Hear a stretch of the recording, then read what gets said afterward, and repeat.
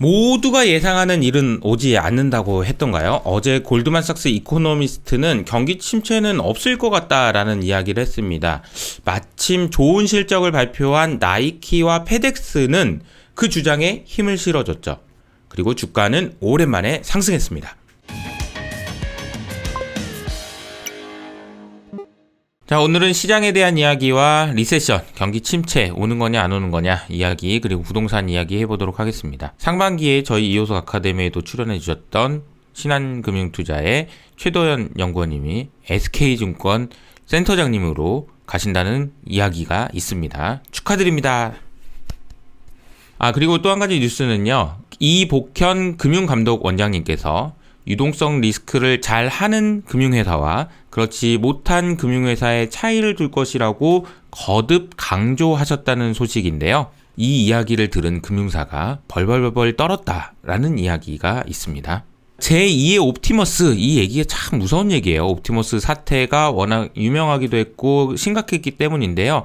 KB와 신한증권에서 480억 원 펀드 환매 중단 소식이 전해졌는데, 물론 규모가 크지 않지만 이런 펀드 환매 중단 이런 것들은 더 이상 없었으면 좋겠습니다. 전 시장의 흐름을 보시면 다우는 1.6%, 나스닥 1.5%, 그리고 S&P도 1.5% 상승 마감했습니다. 제 지난번에 옵션 만기일 때도 말씀드린 것처럼 주가가 이렇게 많이 빠져가지고 끝까지 빠질 것 같지만 그렇게 생각하지 말자. 저는 차트를 잘 모르지만 여기서 이렇게 올라갔다가 또 대내년 내려왔다가 이러지 않겠냐라고 얘기했었던 거 기억나시죠? 자, 그래서 시장은 전반적으로 상승하는 모습을 보였고요. 애플이 2.4% 그리고 엔비디아 2.5% 상승했습니다. 그리고 어제 하이라이트는 나이키였습니다. 나이키가 12% 상승했는데 12% 상승한 배경에는 아주 좋은 실적이 있었습니다. 실적이 컨센서스를 상회했고요. 매출도 상회, EPS도 크게 상회. 다만 비용이 증가하면서 마진은 조금 하락했다. 그러니까 45.9에서 42.9로 마진은 하락했고 재고는 여전히 전년 대비 43% 상승했다. 그래도 지난 분기보다는 하락했다.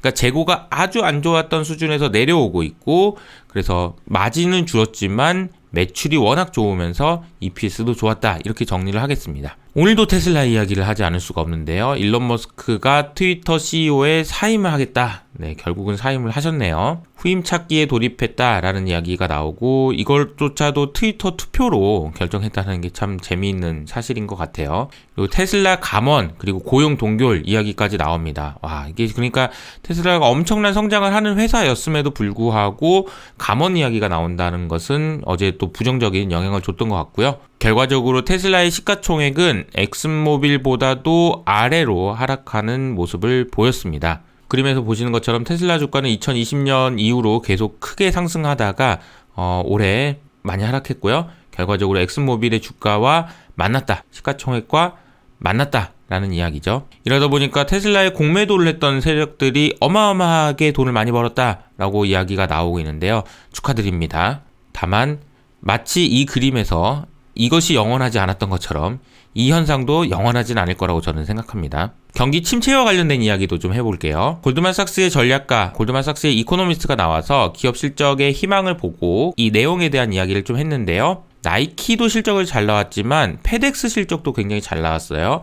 결과적으로 어제 주가 상승의 영향은 나이키와 페덱스 실적 때문에 경기 침체 아닌 거 아니야? 라는 이야기가 나왔기 때문인데요. 관련된 이야기를 하는 내용을 좀 살펴보도록 하겠습니다. We're not looking for cuts because we're not looking for a recession. Our expectation, our baseline is that the economy continues to grow and the adjustment process in the labor market continues. I do think whether the economy goes into a recession or not makes a big difference, and the consensus view is that there will be a recession next year. 이 말씀하신 내용들을 정리를 해보면 이렇습니다. 나는 경기 침체 안 올 것 같은데? 라는 거예요. 모두가 경기 침체 얘기하지, 근데 나는 아니라고 봐. 소프트 랜딩일 수도 있어. 그래서 금리도 안 내릴 거야. 이게 왜 중요하냐면은 모든 사람들이 이렇게 생각하지만 이렇지 않는다면 어떻게 될 건지를 생각을 해봐야 된다 라는 이야기를 던져주신 거예요. 컨센서스가 경기 침체지? 나는 아닌 것 같은데? 라고 이야기하신 겁니다. 자, 여러분들의 생각은 어떠신가요? 자, 이 생각이 왜 중요하냐면요, 주가가 오르냐 안 오르냐도 중요하지만 경기 침체가 만약에 아니라면 우리가 그동안 이 가정하에 투자했던 채권에 대해서 잠깐만 한번 생각해 봐야 되는 거 아닌가? 라는 생각을 하게 만드는 거라고 보시면 되겠습니다. PE 시장은 내년에도 쉽지 않다라는 이야기가 나오고 있는데요. 올해 진짜 힘들었죠. 프라이빗 에쿼티 마켓은 정말 힘든 시장을 보냈습니다. PE 조달 금액이 작년 대비해서 무려 20%나 감소했기 때문이죠. 보시는 것처럼 PE, 그러니까 프라이빗 에쿼티 시장에서 조달한 규모는 2021년 대비해서 크게 감소했다라는 것을 알 수 있고요. 사실 금리가 올라가면서 돈의 무게가 무거워졌다라고 생각을 해보면 이 무거워진 돈들이 다시 PE 시장으로 돌아가려면 시간이 좀 필요할 것 같다라는 생각이 듭니다. 자, 어제는 금리가 2년물 금리 OBP, 10년물 금리 보합 수준으로 마무리했습니다. 달러 인덱스는 0.2% 상승했고요. 유로화는 큰 변화가 없었습니다. 엔화도 이틀 전에 BOJ에서 이야기가 나오면서 급락, 즉 엔화 강세였다가 보합 수준에서 마무리를 했네요. 유가가 지금 다시 3% 상승하고 있습니다. 최근에 BDI도 올라가면서 중국 리오픈이 다시 한번 커머더티 가격에 영향을 주기 시작한 것 같다라는 생각이 들어요. 반면에 천연가스 가격은 전혀 움직이지 않고 있습니다. 특히 유럽의 천연가스 가격은 굉장히 안정세를 찾고 있습니다. 이런 가운데 러시아의 해상 원유가 수출되는 양이 크게 감소했다라는 이야기가 나오네요. 굉장히 크게 갑자기 감소했네요. 부동산 이야기를 해보도록 하겠습니다. 미국의 부동산 가격이 앞으로 8에서 12% 정도 하락할 것 같다. 추가로 더 많이 하락할 것 같다라는 전망이에요. 이 전망을 했던 사람이 과거에 부동산 버블 붕괴를 전망했던 분이어서 더 유명한데요. 이코노미스트 탐 로이어라는 분이 금리 인상, 팬데믹 시대에 유지됐던 수요가 감소했기 때문에 향후 2년 동안 미국의 부동산 가격은 10% 내외로 하락할 거다라는 건데요. 수요가 감소했다라는 것이 왜 그런가 하고 봤더니 코로나 당시에 야, 나 지금 독립할래. 그러면서 집을 나갔던 사람들이 다시 돌아왔다라는 겁니다. 코로나 때 독립했던 친구들이 다시 제자리로 돌아오는 것이 수요 감소에 큰 영향을 줬다라는 거고요. 사실 집값, 주거비는 그 자체로서도 의미가 있지만 우리에게 지금 정말 관심이 많은 인플레이션에도 영향을 줍니다. 그래서 주거비 인플레이션이 어떻게 될지에 대해서 상당히 좀 기대가 큰데요. 기대가 크다라는 얘기는 이게 빨리 내려오면서 물가 안정에 도움이 되기를 기대하고 있는 것이죠. 그런데 어제 나왔던 이야기인데요. 클리블랜드 연준에서 새로운 지표를 발견했다고 합니다. 이런 건 좀 박수를 쳐줘야 돼요. 공부를 열심히 하시고 연구를 많이 하셔서 어쨌든 1년 선행하는 CPI 데이터를 1년 선행하는 모습을 보이는 그 지표를 클리블랜드에서 발견했다고 하는데 그걸 한번 보실까요? 바로 이 지표입니다. 이 지표는 클리블랜드 연준에서 1년 선행하는 CPI를 1년 선행하는 지표라고 해가지고 발표를 했는데요.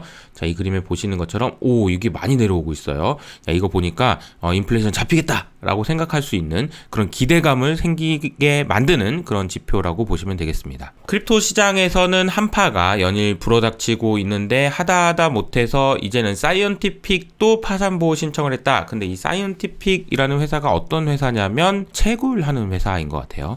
채굴하다가 나 더 이상 못하겠다. 파산! 이렇게 돼버리는 거라는 거죠. 채굴하면 뭐하냐? 비트코인 가격이 이렇게 싸가지고 채굴해서 벌 것도 없고 그만! 이런 분위기라고 보시면 되겠습니다. 이러다 보니까 어제 시티에서는 블락, 과거의 스퀘어죠. 이 회사를 사야 된다라는 이야기도 나왔고요. 주가가 워낙 많이 빠졌으니까 반대로 생각해봐야 된다라는 의견도 나올 정도라고 보시면 되겠습니다. 그리고 이제 마지막으로 좀 중요했던 뉴스가 젤렌스키가 미국을 방문했다라는 소식이에요. 극비에 정말로 조용하게 방문을 한 것 같은데요. 전쟁 이후에 젤렌스키가 해외로 나간 건 처음이라고 해요. 그래서 미국에 방문했고 보시는 것처럼 이 카키색 이제 군인인 것처럼 거의 이런 분위기로 백악관에 가셔서 이런저런 얘기를 하신 것 같습니다.